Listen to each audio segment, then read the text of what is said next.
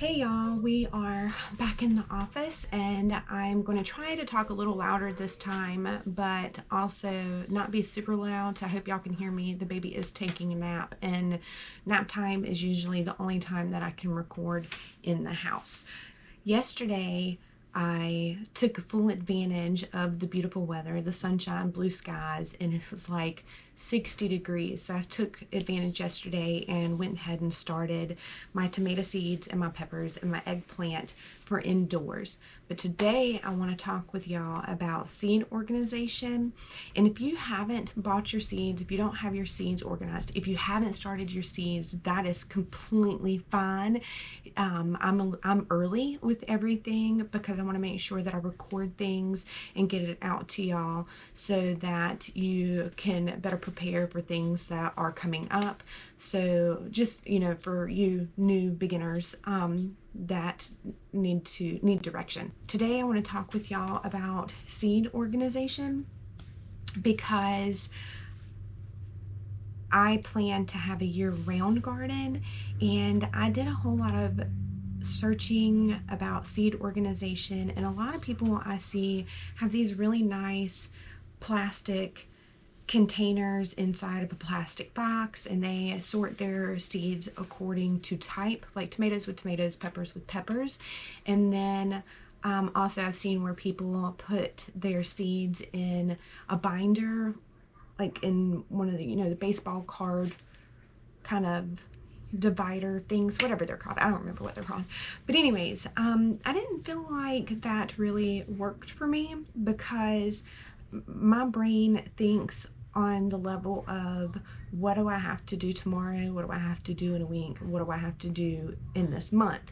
So when I was looking at my seeds and thinking about how is the best way for me to organize them, next year might be different, but being that this is my first year doing this, I just wanted to do it in a way that I guess my brain could organize it and understand it. I have 4 categories that my seeds fit in. I have my indoor seeds, I have my seeds that can be directly sown in the ground, and then I have like flowers and herbs, and then watermelons, melons, cucumbers, viney plants. And the reason why I have them categorized that way is because the majority of my flowers and my herbs are going to go in one location. Then my vining plants, like my watermelons and cucumbers, they need an area that has more sunshine, and they need to also have room to run on the ground. So I have them in another location, or we'll have them in another location. And then I have my one big garden. So I have 4 categories in 3 locations is pretty much what it is. Indoor seeds, transplants, and then my direct sow seeds will go in my front yard garden. Then I will have herbs and flowers in my herb garden, and my watermelon and stuff will go in my back garden where I currently have fruit growing. I have peach trees out there, grapes, and blackberry bushes growing out there. But anyways, I just want to share kind of my system with y'all so that maybe this will help you if you're having a hard time with figuring out how to organize your seeds. Now, you don't necessarily have to organize seeds.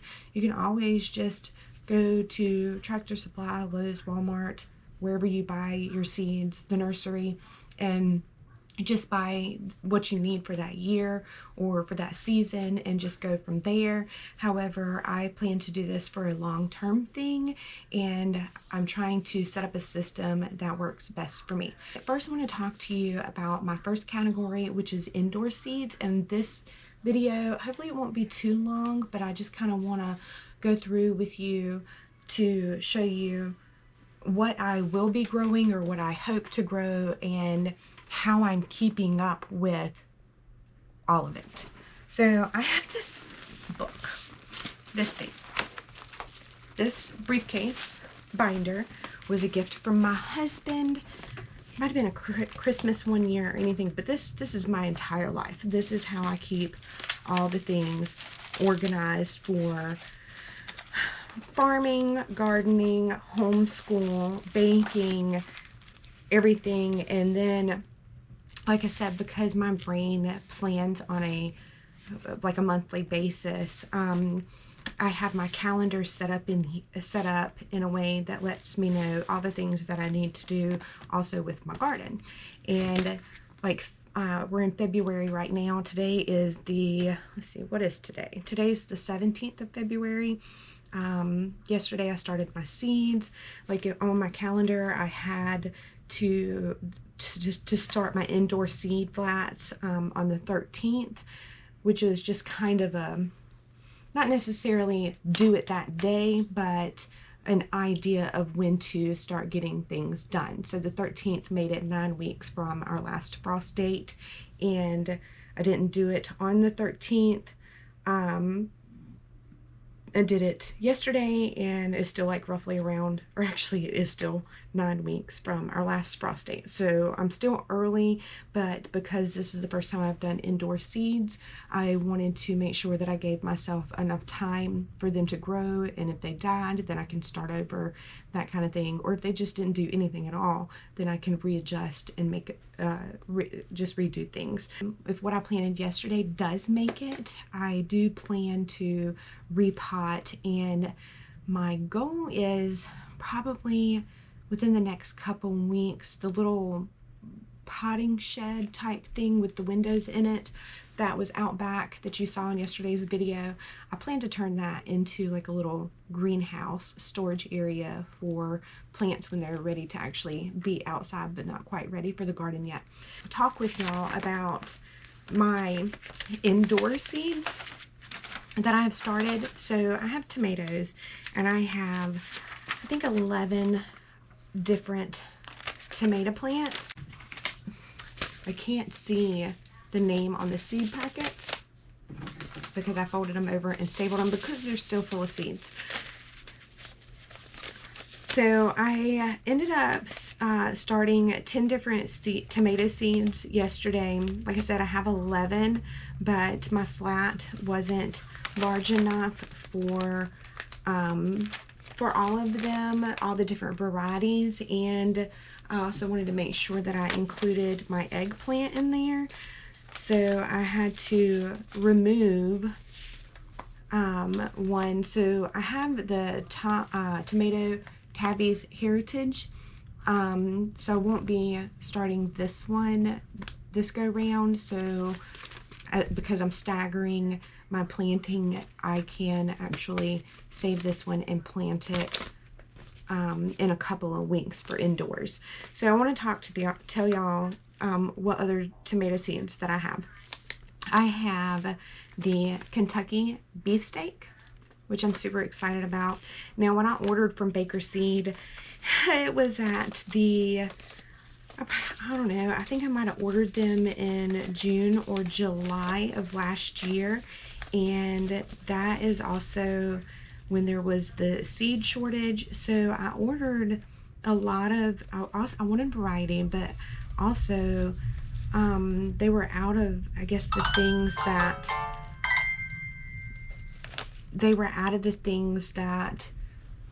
I guess you probably typically would buy, because, you know, everybody's used to a certain tomato, so everybody were, like, a lot of the seeds that I would have usually started out with were gone.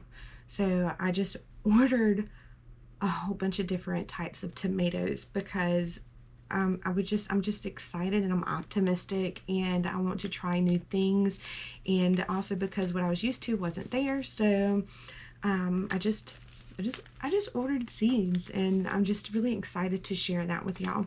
I want to list what I have.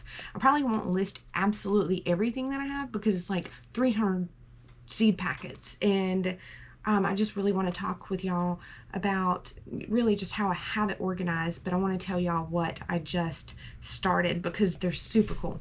Let's see. Amish paste. Yes. So I have this one is Amish paste tomatoes from Amish community in Wisconsin. Giant, bulky, plum-shaped tomatoes have delicious red flesh, perfect for paste and canning. So I do plan on making a lot of tomato paste, so I'm really excited about this one. I put tomatoes in everything that I cook. So, or for the most part, everything that I cook has tomatoes in it, which is crazy because my husband does not like tomatoes. Then I have the black cherry tomatoes. I'm doing pretty good so far identifying them. And then the Chadwick cherry. I don't know if I can tell y'all which that one is. Maybe it's this one. Yes, Chadwick cherry. These actually, I believe, will grow on a vine, large vine set, huge yields of 1 ounce sweet cherries. So these will be a vining cherry. And then there is Clark beefsteak. Let's see, maybe it's this one. Nope, that's Kentucky. This is Brandywine. I know what that is. Not that one. Maybe it's this one. Classic. Sorry, not Clark beefsteak. Then there's the classic beefsteak. This is what I'm probably more traditionally or more used to eating as far as tomatoes, like tomato sandwiches and that sort of thing. So this is, you know, I kind of guessed at the kind of tomato that I was used to eating, so I purchased this one. Then I have the Dr. Witch's, I guess that's how you pronounce it, yellow. I'm excited about these. Then I have the Kentucky. I have 2 packs of these. I ordered 2 of the Dr. I don't even know how to pronounce that, y'all, but the ones that I just showed you, I bought 2 packs of these, and then I bought 2 packs of the Kentucky beefsteak. So I should have some really big, I'm so excited. I should have some really big tomatoes. This says that this one can reach up to 2 pounds. And then I have, I think I skipped over Brandywine. Maybe not. These are true black Brandywine. I've never had a black tomato before, so I'm super excited about this. I'm excited about the idea of all the different tomatoes that I'm going to be growing, hopefully growing, and just the varieties that, and all the colors, and just they're just going to be so pretty sitting in a little basket and hopefully sitting at my roadside stand. That's in my mind of a plan to have as a roadside stand and just be the tomato lady on 48. That's the plan. So we'll see what happens. I haven't discussed it with anyone yet, so we'll see what happens. Then I have the Tiger Cherry Aroma Mix. These are going to be super cute. I love the colors. Hopefully they'll be as pretty as the picture. And then there are the Lucky Tiger. And so these are, there's probably not too much of a difference between these 2 varieties. And then, of course, also planted in the same flat as my tomatoes is my eggplant. So I have those going, and then also I have my peppers, and I'll just list what I have as far as peppers. I love peppers. The baby loves peppers. You know, when I talk about the baby, she's almost 2, so she eats peppers all the time. She enjoys them, and it's probably one of the vegetables that I can get my husband to eat. Well, bell peppers. He'll eat bell peppers. So, and I think he's had probably a poblano pepper, and maybe mistakenly eaten a jalapeno pepper, but he's actually broadening his broadening the things that he will actually eat, because he's on this journey of better health as far as physically and what he puts in his body and those kinds of things. So I'm actually excited about the fact that he is willing to try all these new things. So peppers, because everyone in our house likes peppers and everyone I know likes peppers. I'm just going to list all the different peppers that I have started, and I've actually started all of these, so we'll have these popping up soon. Here is my mini bell mix. I wasn't able to order, I probably could now. I could probably find them now, but when I ordered my seeds, there weren't any just regular old bell peppers. So I got my mini bell mix. They're going to be beautiful.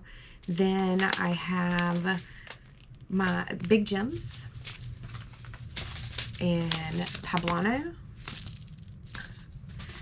And then this is probably the closest that I could get to what I guess you would buy at the grocery store that would be considered a bell pepper. And these are called the bullnose. And then I have the California Wonder, Cayenne Long Thin. I think my granddad or my pa, most people don't call their granddaddy pa, but he's my pa. I think he likes these. I'm not sure. I could be thinking about the wrong grandparent, but I think he likes these, so I'm excited to grow these for him. I think I saw the Fit Farmer growing these jigsaw. I could be wrong about what I saw in one of his videos, but when I was looking at the seeds and stuff, I saw them and it immediately made me think of that video and just how pretty those peppers were. So I think that these are going to be really pretty peppers. I ordered those because they were pretty on the picture. And then I have the Cubanelle. I guess I'm pronouncing that right. And then Buena Mulata. I guess that's what that one's called. Look, reading and spelling were not my forte in school, so I hope I'm pronouncing these things right. Y'all, a lot of these things I just ordered because they were so pretty on the picture. And then these are Chiltepin Wild Chili. Look at how pretty these are. I hope it's focusing. I hope y'all can see those.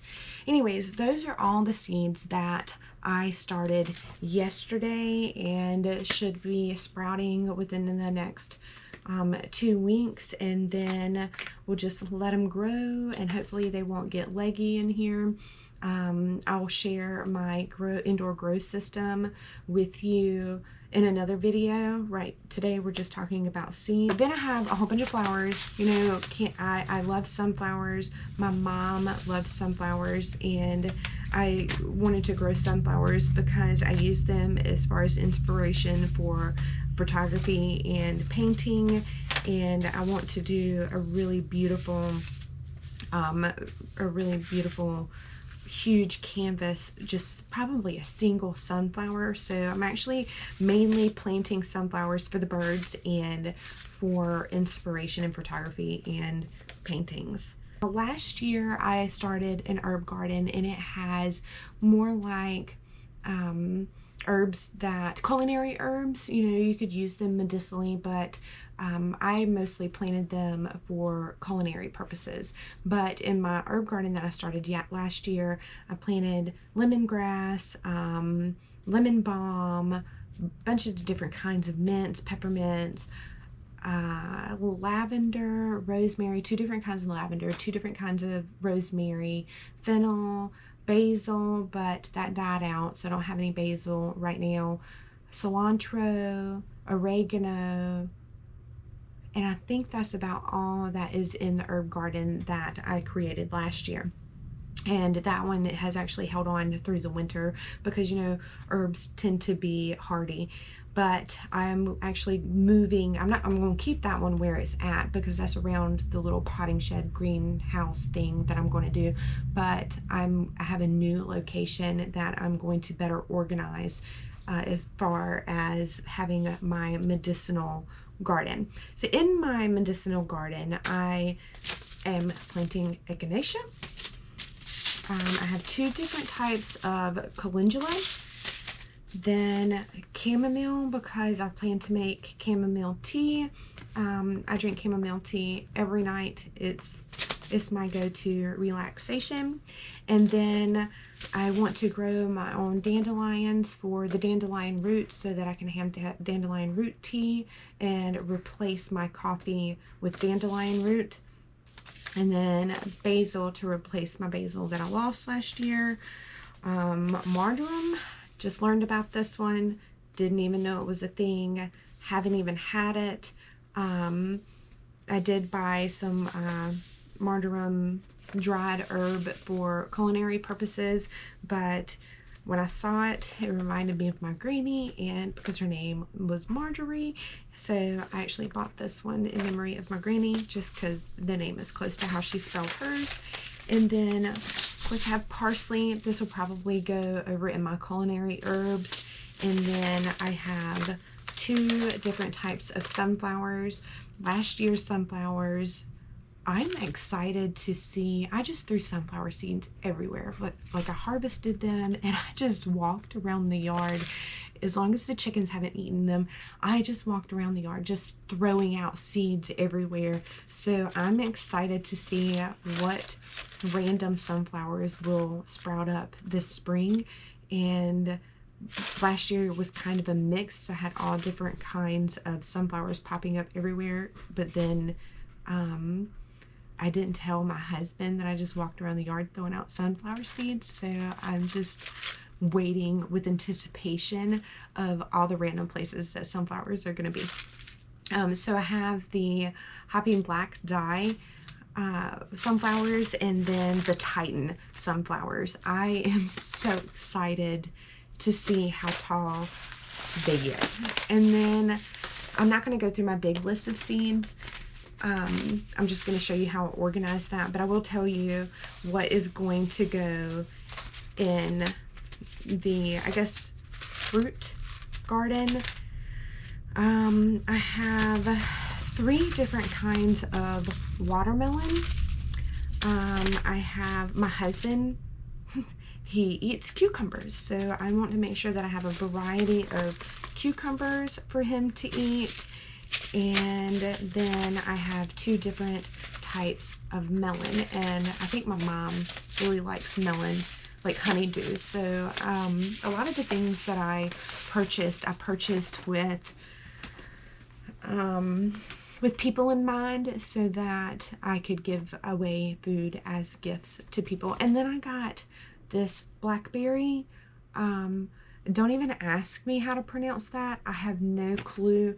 I wanted to order blueberries, but when I went to order them, there were not any blueberry seeds, and I hadn't ever started blueberries from seed, but it was something that I was willing to try, but they didn't have any.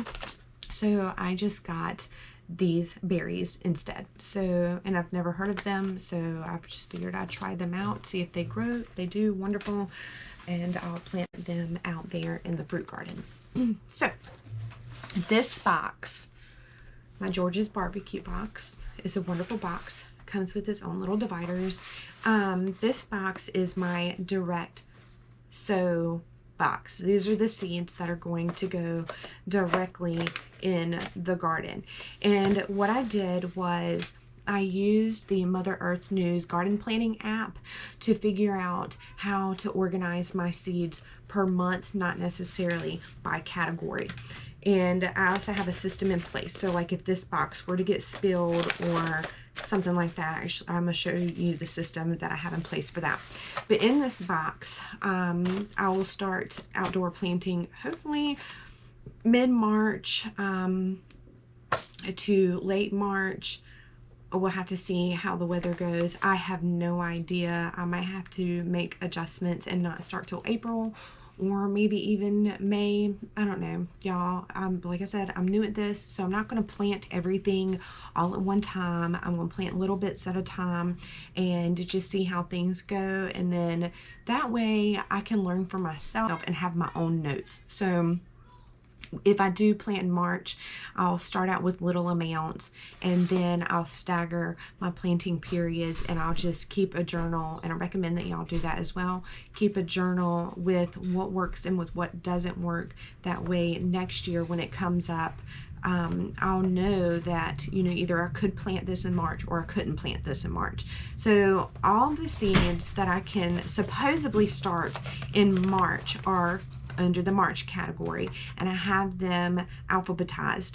And so what I'm going to do is, as I open them up and I plant, if I can still plant more within March, it'll go back in the little March section. If I'm done with it for March, then I'll move it to April. I'm not going to be planting all, let's say 100 seeds come in a pack. I'm not planting all 100 seeds in a pack. I might plant 5 seeds, see if it works. If it doesn't, then I haven't wasted all the seeds, and I'll just plant them at a later date, and I'll just move them through the year, and I'll make sure that I keep notes of what was able to grow when.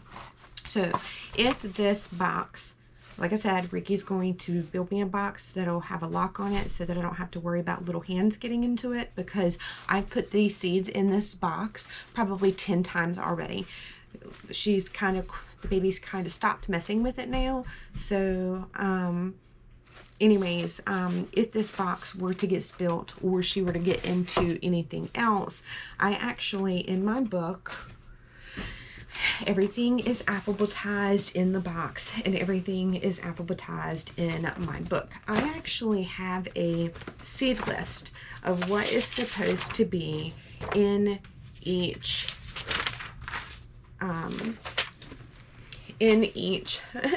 sorry, I gotta hold it like this. I have a seed list. So this one's April. I have what supposedly can be planted in April. I have it alphabetized, and then I have it also alphabetized in my box so that I can easily find it if I need it. And then I also have a little number beside each seed packet for quick reference of what garden it needs to go into if it's not going to go in the main garden. So my plan is to actually put everything in the main garden that I can. However, I do plan to have a secondary garden for my fall planting. I do not have that now, but that garden it will be, hopefully, if all goes well, that garden will be coming along sometime this year before things have to actually go into it. I would like to actually fence it off with the electric netting and put chickens on it and let them just take care of all of that stuff. You know, fertilizing it and that kind of thing. So I hope that my little video made sense. I appreciate y'all watching. If you have better ideas for how to organize seeds than I have done, just, you know, let me know a better way to do it. I'll take all the advice that I can get, and, you know, part of this video is so that I can document, and in a year from now I'll be able to see how I did things and where I need to make adjustments. Vlogging is much easier than writing things down, and I thoroughly enjoy the process of vlogging, organizing, editing, posting, so for y'all to be able to see.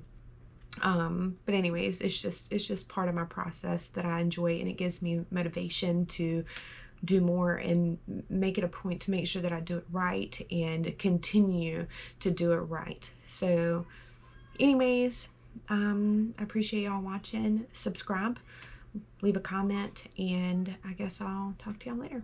Bye.